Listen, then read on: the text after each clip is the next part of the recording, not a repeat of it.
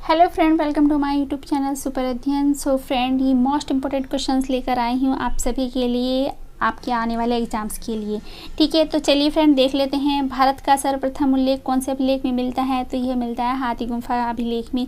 ठीक है, इसके बारे में डिटेल में देख लेते हैं। हाथी गुम्फा कहाँ पर स्थित है? तो ये उड़ीसा के भुवनेश्वर नामक स्थान से 3 मील दूर उदयगिरी नाम की पहाड़ी पर है, और जहाँ पर काफ़ी सारी गुफाएं हैं। तो जिसकी एक गुफा में एक शिलालेख उपलब्ध हुआ है, यानी कि एक पत्थर की बहुत ही बड़ी शिला मिली है और उस पर कुछ लिखा हुआ है। तो इसे कलिंगराज खारवेल ने उत्कीर्ण कराया था, और यह लेख कौन सी भाषा में लिखा गया है? तो यह प्राकृत भाषा में लिखा गया है।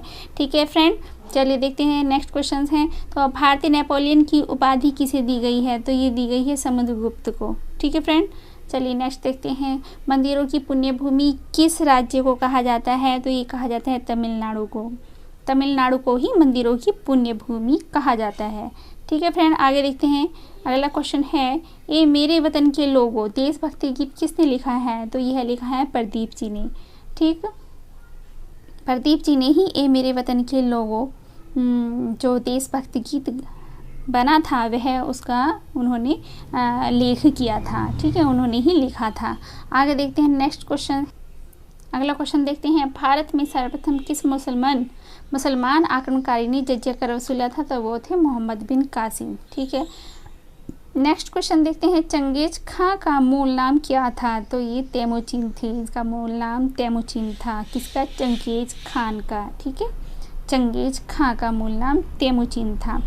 ठीक है, अगला क्वेश्चन देखते हैं, जौनपुर नगर किसकी स्मृति में बसाया गया था? तो ये मोहम्मद बिन तुगलक की स्मृति में बसाया था। ठीक है, तुगलक एक थे मोहम्मद बिन कासिम और एक थे मोहम्मद बिन तुगलक, तो इन दोनों में कंफ्यूज नहीं होना है आपको। सो फ्रेंड, ठीक है, चलिए नेक्स्ट देखते हैं। चीनी लेखक भारत को किस नाम से उल्लेख करते थे, या जो चीन के जो लेखक थे वो भारत को किस नाम से जानते थे, या किस नाम से भारत को लेकर कहते थे कि हाँ ये भारत नहीं, उसको भारत नहीं बोलते थे, इसको ये क्या कहते थे? यिनतू। भारत का नाम इन्होंने क्या रखा था? यिनतू। ये भारत को यिनतू के नाम से ही जानते थे। अगला क्वेश्चन देखते हैं, लाहो किस राज्य का लोक नृत्य है? लोक नृत्य पूछा है, तो यह मेघालय का है। मेघालय का है, मेघालय की देख लेते हैं। राजधानी शिलोंग है, मुख्यमंत्री कॉनराड संगमा है, राज्यपाल सत्यपाल मलिक हैं, और भाषा गारो और खासी भाषाएं हैं। ठीक है, मोस्ट इंपॉर्टेंट क्वेश्चन है, एग्जाम्स में पूछ लेता है एग्जामिनर। नेक्स्ट क्वेश्चन देखते हैं, भारतीय नाट्य संस्थान कहाँ पर स्थित है? तो यह नई दिल्ली में है। इसकी स्थापना 1959 में हुई थी। और यहीं पर एक क्वेश्चन और बनता है कि संगीत नाटक अकादमी भी दिल्ली में ही है। कहाँ पर है? दिल्ली में ही है, और इसकी स्थापना हुई थी 1953 में।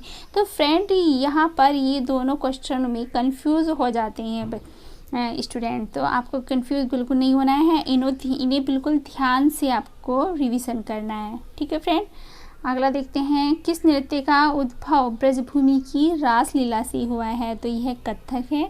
कथक का ही उद्भव ब्रजभूमि की रासलीला से हुआ है। आगे देखते हैं क्वेश्चंस, राग कामेश्वरी निम्नलिखित में से किसकी रचना है? तो यह पंडित रविशंकर की रचना है। नेक्स्ट क्वेश्चन देखते हैं, बाघ की गुफा किस राज्य में स्थित है? तो यह है जो बाघों की जो गुफाएं हैं ये मध्य प्रदेश में, और मध्य प्रदेश में ऐसी 9 गुफाएं हैं। ठीक है, तो देखते हैं मध्य प्रदेश, इसकी राजधानी भोपाल है, मुख्यमंत्री शिवराज सिंह चौहान है, और राज्यपाल आनंदीबेन पटेल हैं। ठीक है, मोस्ट इंपॉर्टेंट क्वेश्चंस है, बाघों से रिलेटेड क्वेश्चंस जरूर एग्जाम में आ जाता है। तो मध्य प्रदेश में बाघों की गुफाएं हैं। आगे देखते हैं क्वेश्चन, रऊफ कहाँ का लोक नृत्य है? तो रऊफ ये जम्मू कश्मीर का लोक नृत्य है।